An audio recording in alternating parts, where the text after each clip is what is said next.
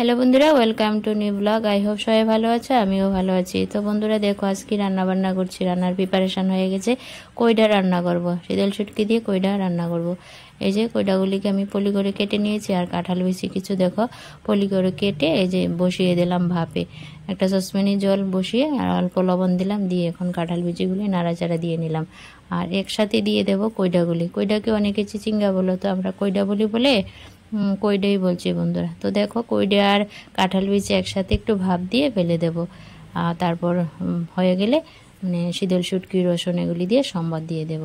তো দেখতে থাকো বন্ধুরা, আজকে কি রান্না বান্না করছি। একটা লাইক দিয়ে ভিডিওটা আশা করছি তোমাদের কাছে ভালো লাগবে। আর যদি ভালো লাগে আমার আজকের ভিডিওটা, তাহলে বন্ধুরা একটা লাইক কমেন্ট শেয়ার করতে ভুলো না। এই তো অনেকটা হয়ে এসেছে, আবারও নাড়াচাড়া দিয়ে নিলাম। কইডা কাঁঠাল বিচি প্রায় সিদ্ধ হয়ে গেছে। বৃষ্টি হলো দোষ, না হলো দোষ, বৃষ্টি হয় না, বৃষ্টি হয় না। গতদিন বন্ধুরা ভোর রাত্রে যা বৃষ্টি তুফান আসছে, সেই বৃষ্টি তুফানে দেখো একটা আম পড়েছে গাছের নিচে। তো সেই আমটা হাজবেন্ড দেখে নিয়ে আসলো, আর এটা দিয়ে আমের আচার করে নিচ্ছি। আর এই আম গাছটাতে না বন্ধুরা একটা আমও ধরেছে, চোখে দেখিনি। এই আমটা কোথায় যে গাছের পাতার নিচে ছিল, এই ঝত্ত গাছের নিচে পড়েছিল। তো হাজবেন্ড নিয়ে আসলো, আচার করে নিয়েছি। দেখো বন্ধুরা একদম রসালো চিনি দিয়ে করে নিয়েছি আমের আচার।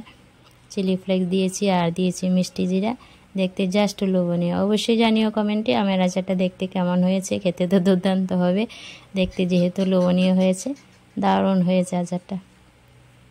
তারপর দেখো এখানে আমি আবার বসিয়ে দিয়েছি আম দিয়ে টক মিষ্টি চাটনি। আম, টমেটো, খেজুর এগুলি দিয়ে একটা টক মিষ্টি চাটনি রান্না করছি বন্ধুরা।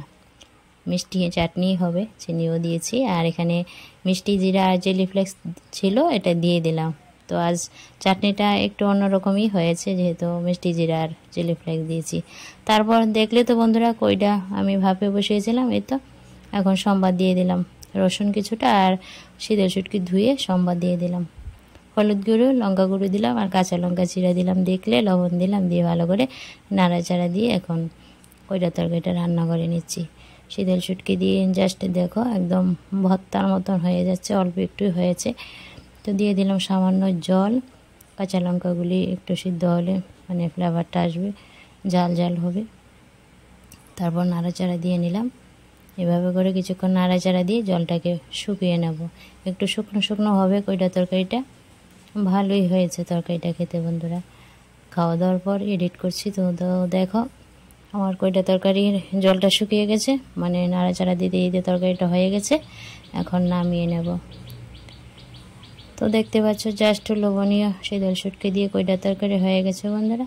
তরকারিটা দেখতে কেমন হয়েছে, দেখতে যেমন ভালো হয়েছে খেতেও ভালো হয়েছে। এই তো বন্ধুরা রান্নাবান্না কমপ্লিট। কইটা তরকারি রান্না করেছি, আর কি করেছি বেশি কিছু না।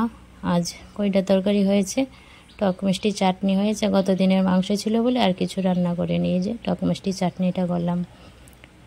তো রান্নাবান্না তো কমপ্লিট বন্ধুরা। তারপর দেখো ফ্রিজে কিছুক্ষণ রেখেছিলাম আমের আচারটা, এখন বের করেছি।